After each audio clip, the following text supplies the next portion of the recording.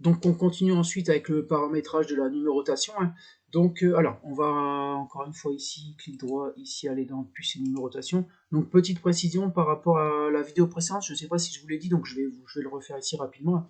Donc ici en fait pour le niveau 1, on avait dit que la numérotation était suivie par une tabulation. Donc en fait on avait activé ici les marques de formatage et on voyait ici qu'après la numérotation, il y avait une tabulation ici, c'est-à-dire une flèche qui allait vers la droite. Donc on peut très bien ne rien mettre, hein. Donc ici on va mettre rien. Et OK. Et on va voir ici, pour le niveau 1, qu'on ne met plus en fait de tabulation après la numérotation. Donc ça, c'est pas un problème, donc on va le remettre, hein. Puis c'est numérotation. Donc ici, on va mettre tabulation. On va cliquer sur OK. Maintenant, on a réactivé la tabulation. Ensuite, petite correction par rapport à ce que je vous ai dit un petit peu avant. Donc quand vous avez, alors ça marche pour position et sur personnaliser. Donc ça marchera aussi pour personnaliser. Donc je vous ai dit en fait que quand vous allez cliquer ici, je me suis trompé dans la vidéo précédente. Quand vous allez cliquer ici, ce que vous allez régler là, ça va s'appliquer en fait à tous les niveaux de 1 à 10.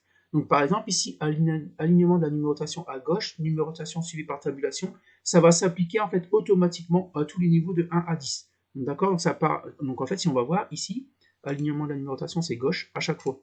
D'accord, numérotation suivie par tabulation, ça sera valable pour le niveau de 1 à 10. D'accord, donc ça permet en fait ici de paramétrer assez rapidement, plus rapidement en fait, tous les niveaux d'un coup.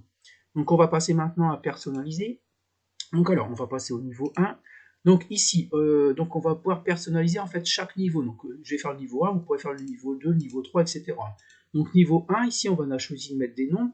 Ici, donc on le voit ici. Tout ce que vous allez modifier ici, vous allez le voir ici dans cette fenêtre-là. D'accord? Donc on va mettre des noms, d'accord? Et on va commencer par 1. Alors vous pourriez très bien commencer par 2, hein. Donc là il n'y a pas trop d'intérêt. On va commencer par 1. Ici, en principe, style de caractère, moi je laisse en fait caractère de numérotation, d'accord? Donc vous pouvez en choisir un autre, mais moi je laisse caractère de numérotation. Afficher les sous-niveaux, en fait, ici il n'y a pas d'intérêt puisque d'ailleurs il est grisé. En fait, on va commencer ici les sous-niveaux à partir de 2, d'accord? Du niveau 2. Séparateur avant, donc je vais vous montrer ici, si on met une étoile avant, en fait, avant le chiffre ici, le nombre ici, on mettra une étoile, donc pas trop d'intérêt. Séparateur après, donc moi j'ai mis un tiret, mais on pourrait très bien mettre une parenthèse, d'accord? Donc on va laisser tirer, d'accord? La touche 6. Numérotation continue, il n'y a pas trop d'intérêt, je ne vous montre pas. Donc ensuite, ici niveau 2, on va passer au niveau 2. Donc ici, on va mettre pareil, 1, 2, 3, vous pouvez mettre ce que vous voulez, hein. Commencer, on peut très bien commencer à 3, par exemple, donc pourquoi pas, mais là, ça n'a pas trop d'intérêt non plus. Style de caractère, on va laisser caractère de numérotation. Alors là, afficher les sous-niveaux. Vous voyez que ici, on affiche que un sous-niveau. Donc là, on a 1 et 1. Et si on veut 1, 1, en fait, on va mettre 2, 2 sous-niveaux. Donc là, on est à 1, 1. D'accord? Donc on affiche le niveau du dessus. D'accord? Donc en principe, on met le nombre de sous-niveaux qu'il y a au-dessus. D'accord? Donc avant, après, c'est séparateur également. Donc on va mettre, après, on va mettre un tiret. On va continuer comme on a fait. D'accord?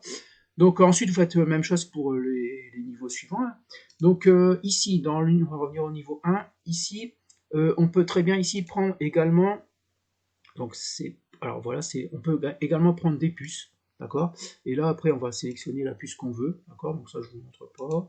On peut également, donc ici, on va remettre 1, 2, 3, pardon, ici, on va remettre ici, hop, on va remettre 1, 2, 3. Niveau 2, on peut également ici, donc ici, prendre des images. Alors, c'est pas là, non, pardon, c'est là, excusez-moi. Sinon, on peut également prendre des images, d'accord? Donc là, on peut les sélectionner en fait des images dans une galerie, donc les images qui existent déjà dans LibreOffice, hein. Et on peut également ici cliquer sur un fichier qu'on a téléchargé, qu'on va éventuellement télécharger. Alors ça, c'est à manipuler avec précaution, puisque en fonction de ce qu'on a mis en position ici, d'accord, l'image qu'on va intégrer ici, si elle est trop grosse, elle va chevaucher en fait le texte. Donc moi, en principe, ça, je ne l'utilise pas ici. Je mets juste des chiffres, d'accord. Je me contente des chiffres ou des puces, hein. Ici, des puces, c'est bien aussi, hein. Donc ici, on peut également utiliser des puces, d'accord. Donc en fait, tout ce paramétrage-là, en fait, tout ce qu'on a mis ici dans puce, numérotation, plan, image, position et personnalisé, on va le réutiliser en fait quand on va parler des styles de numérotation. C'est ce qu'on va voir dans la vidéo suivante.